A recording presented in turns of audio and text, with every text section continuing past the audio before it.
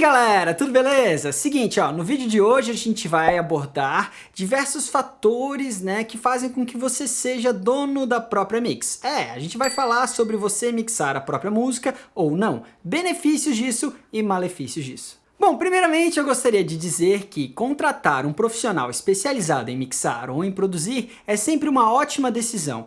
Claro, você vai precisar colocar na ponta do lápis o seu orçamento e todos os fatores envolvidos naquilo que é o lançamento dessas obras. Aí já vem o primeiro ponto, né? Você é artista, você é produtor musical, você é engenheiro de mixagem, você é produtor musical e engenheiro de mixagem. Você é produtor e artista, tipo Daft Punk. Você precisa decidir exatamente aquilo que você faz, aquilo que você está se propondo a fazer. No começo a gente vai experimentando uma série de coisas, e como no mercado nacional a gente ainda não tem uma formalização muito grande das funções e das atividades relacionadas à produção fonográfica, às vezes a galera acaba se perdendo um pouco.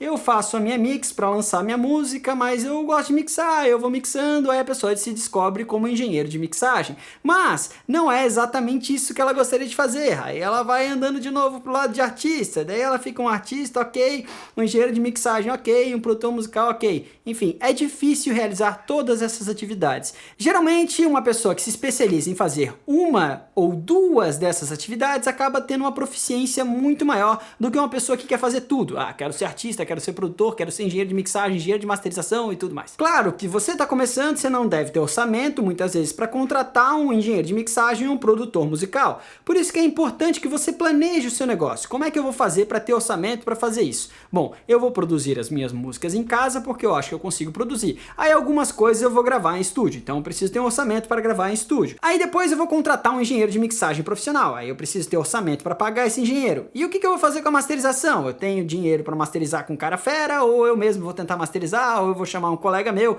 enfim. Você precisa avaliar quais fatores são decisivos no seu negócio. Sim, é um negócio. Mas o meu ponto com esse vídeo não é desestimular você a fazer aquilo que você precisa fazer. A mixagem às vezes é uma tarefa importante para a sua carreira. Você consegue chegar a um nível bacana estudando, tendo uma base de áudio, tendo uma base de música, aí você consegue produzir e mixar um fonograma legal só para lançar, para que algumas pessoas consigam conhecer o seu trabalho, a sua demo, né? Existe uma prática nos Estados Unidos chamada rough mix, que é aquela mix bruta, aquela mix que o produtor ou o artista fazem para poder entregar para o engenheiro de mixagem. Aí, a partir das orientações do guideline dessa rough mix, é que o engenheiro de mixagem vai elaborando uma mix mais criativa e fantástica e sonicamente incrível, né? Aquela coisa, aquele impacto mesmo. Mas a ideia inicial sai dessa rough mix, e às vezes ela fica muito boa, porque o produtor musical já estudou muito mixagem, porque o artista já está estudando áudio e mixagem há um tempão, então ela consegue deixar bem legal ela para entregar para um engenheiro profissional muito bom. Agora, se você está começando agora e não sabe exatamente qual dessas atividades você quer desempenhar, você precisa sim fazer um pouco de tentativa e erro com mixagem, claro, com um conhecimento básico de áudio e de música, né, que são as bases para você poder mixar bem, e daí você vai entender quais são as variáveis que tem durante o processo de mixagem e qual tipo de material que é legal, qual tipo de stems são legais de entregar para o engenheiro de mixagem e o que ele vai poder fazer com aquele material que você entregou para ele. Do contrário, você não vai saber exatamente essas variáveis e nem se comunicar bem com o engenheiro de mixagem.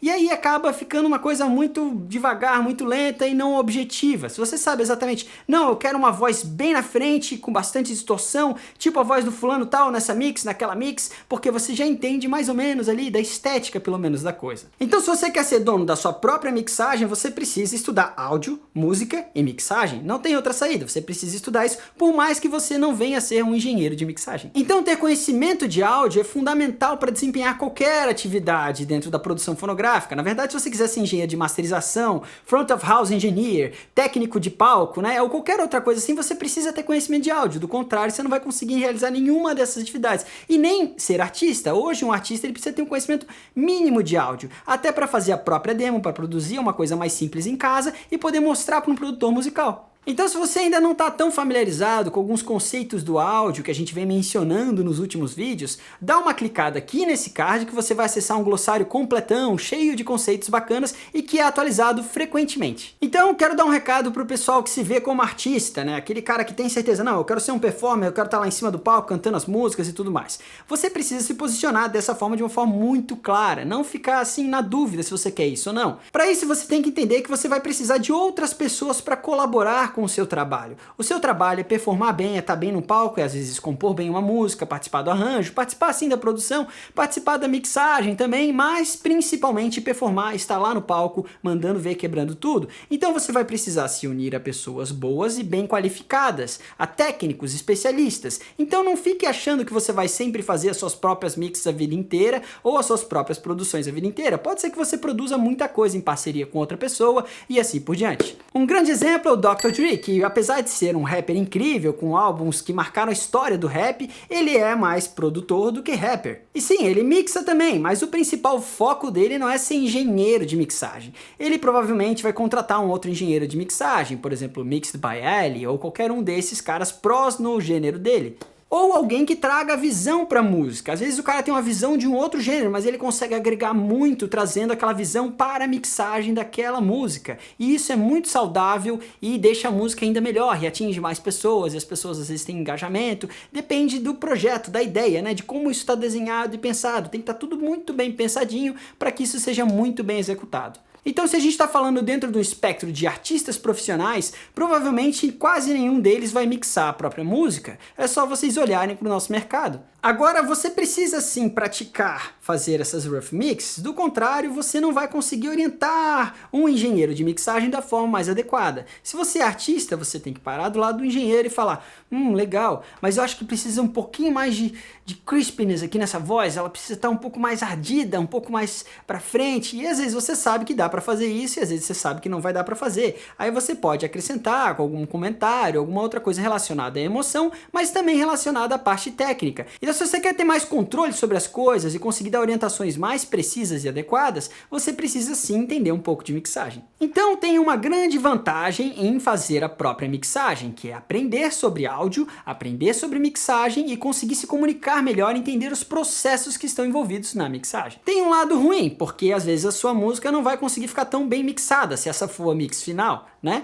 Aí você vai precisar contratar um outro engenheiro e ter orçamento para fazer isso. Mas isso não é necessariamente ruim. Se você tiver orçamento, você trabalha com outro engenheiro e tá tudo lindo, maravilhoso. Agora, se você quer se tornar engenheiro de mixagem, essa é uma atividade que precisa de muita prática, mas muita prática mesmo. Você precisa entender bastante de áudio, precisa praticar bastante, tá sempre tentando melhorar, ouvindo com muito critério cada detalhe de cada coisa, porque às vezes as pessoas acabam não prestando atenção nos detalhes, e os detalhes fazem muita diferença. Agora, se você tá lá tentando mixar, começando a aprender a mixar, ou tentando fazer a sua rough mix para levar para um outro engenheiro de mixagem, mas ainda não tá seguro se você começou, se você tá no meio, tá acabando, não sabe exatamente onde é que você tá, num dia você escuta, parece que acabou, no outro dia parece que não, enfim, dá uma clicada nesse card aqui em cima que você vai acessar um conteúdo muito bacana mostrando como você sabe se a sua mixagem acabou ou não. Então, ser artista exige muito, exige do performer, exige de um planejamento de carreira, exige muitas coisas. Se você é um guitarrista, se você é um vocalista, se você é qualquer artista frontman, né? Se você faz parte de uma banda, você tem que fazer um planejamento daquela banda e tudo mais. Isso exige muito. Ensaio, repertório, né? Tudo. E a produção também do CD, tudo isso está envolvido. Agora você vai fazer a mixagem do álbum.